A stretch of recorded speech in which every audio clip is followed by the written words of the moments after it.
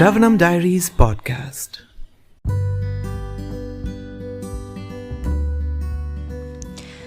Hare Krishna, everyone.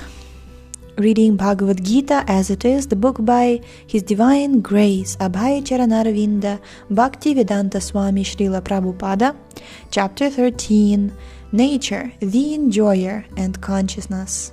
Text 16. Bahirantascha bhutanam acharam charameva cha sukshmatvad tad avigyeyam durastham chantike chatat. The Supreme Truth exists outside and inside of all living beings, the moving and the non-moving. Because He is subtle, He is beyond the power of the material senses to see or to know. Although far, far away, He is also near to all. Purport. In Vedic literature, we understand that Narayana, the Supreme Person, is residing both outside and inside of every living entity. He is present in both the material and spiritual worlds, the spiritual and material worlds. Although He is far, far away, still He is near to us. These are the statements of Vedic literature. Asino duram vrajati sayano yati sarvataha. Katha-upanishad 1.2.21. And because He is always engaged in transcendental bliss, we cannot understand how He is enjoying His full opulence.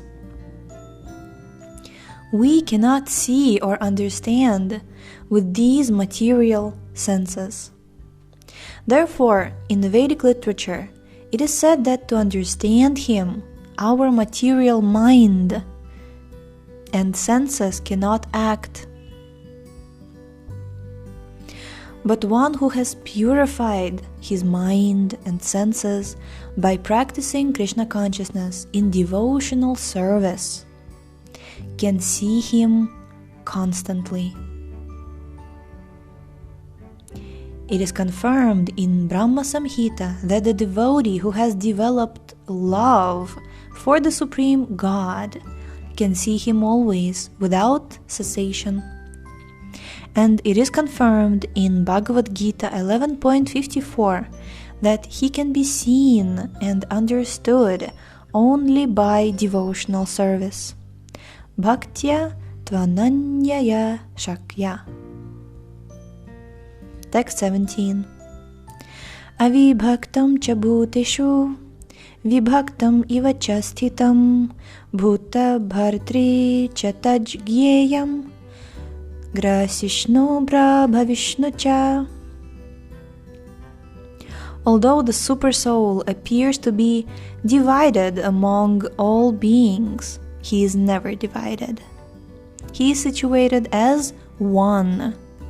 Although He is maintainer of every living entity, it is to be understood that He devours and develops all. Purport. The Lord is situated in everyone's heart as the Supersoul.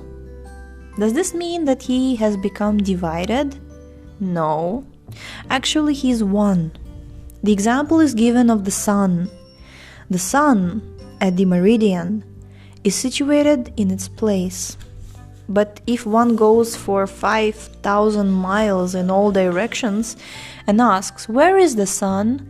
everyone will say that it is shining on his head. In the Vedic literature, this example is given to show that although He is undivided, He is situated as if divided. Although it is said in Vedic literature that one Vishnu is present everywhere by His omnipotence, just as the sun appears in many places to many persons. And the Supreme Lord, although the maintainer of every living entity, devours everything at the time of annihilation. This was confirmed in the 11th chapter, when the Lord said that He had come to devour all the warriors assembled at Kurukshetra. He also mentioned that in the form of time He devours also.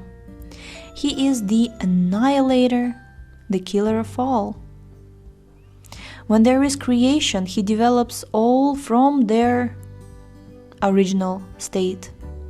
And at the time of annihilation, He devours them.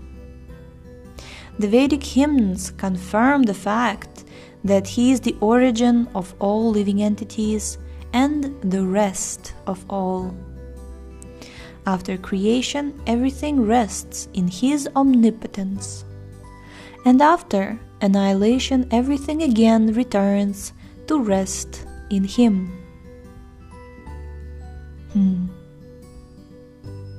It's beautifully said, right? After creation, meaning when everything is created, everything rests in His omnipotence.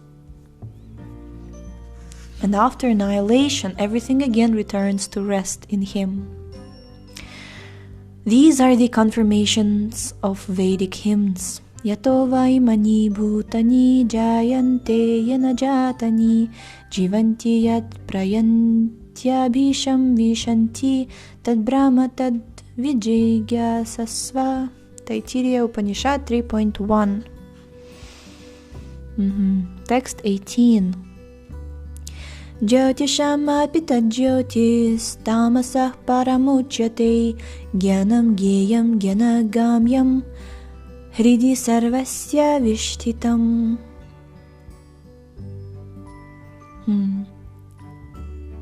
He is the source of light in all luminous objects. He is beyond the darkness of matter and is manifested. He is knowledge, He is the object of knowledge, and He is the goal of knowledge. He is situated in everyone's heart. Purport. The Supersoul, the Supreme Personality of Godhead, is the source of light in all luminous objects like the sun, moon, and stars. In the Vedic literature, we find that in the spiritual kingdom there is no need of sun or moon because the effulgence of the Supreme Lord is there. In the material world, that Brahma Jyoti, the Lord's spiritual effulgence, is covered by the Mahat Tattva, the material elements. Therefore, in this material world, we require the assistance of sun, moon, electricity, etc. for light. But in the spiritual world, there is no need of such things. It is clearly stated in the Vedic literature that because of His luminous effulgence, everything is illuminated. It is clear, therefore, that His situation is not in the material world. He is situated in the spiritual world, which is far, far away in the spiritual sky. That is also confirmed in the Vedic literature.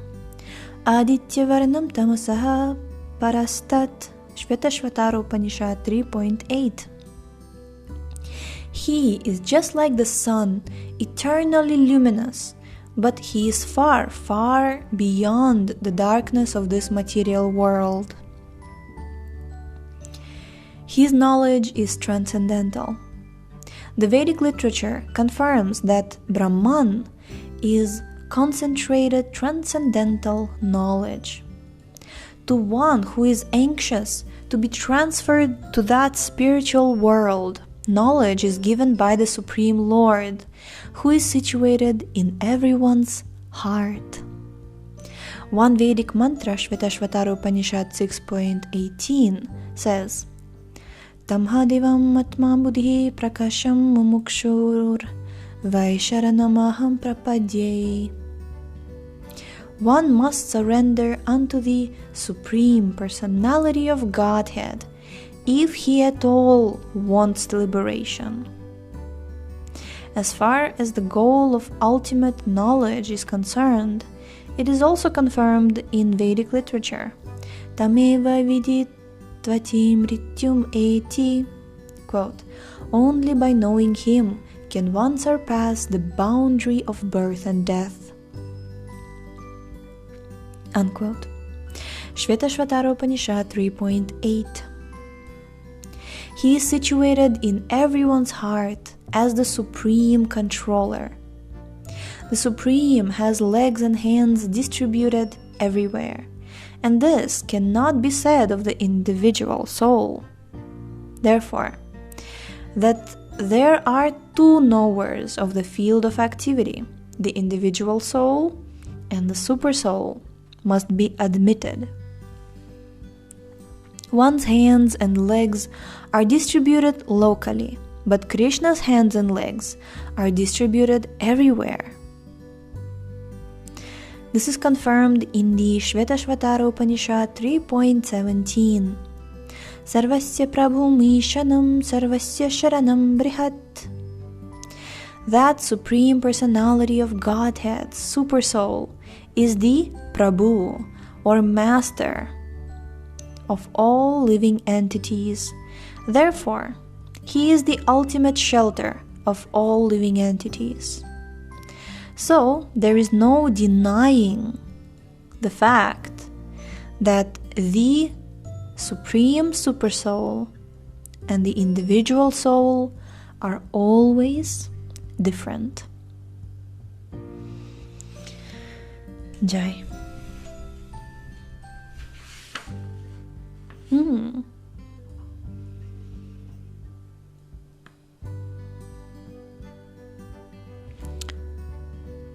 Okay, let's read the next verse because it concludes the...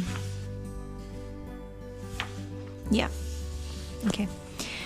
Text 19. Iti kshetram tatha jnanam gyeyam choktam samasatah madbhakta etad vigyaya madbhavayo papadyate. Thus, the field of activity is the body, knowledge, and the knowable have been summarily described by me. Only my devotees can understand this thoroughly and thus attain to my nature. Purport.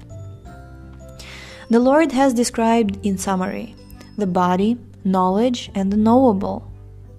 This knowledge is of three things: the knower, the knowable, and the process of knowing. Combined, these are called Vijnana, or the science of knowledge.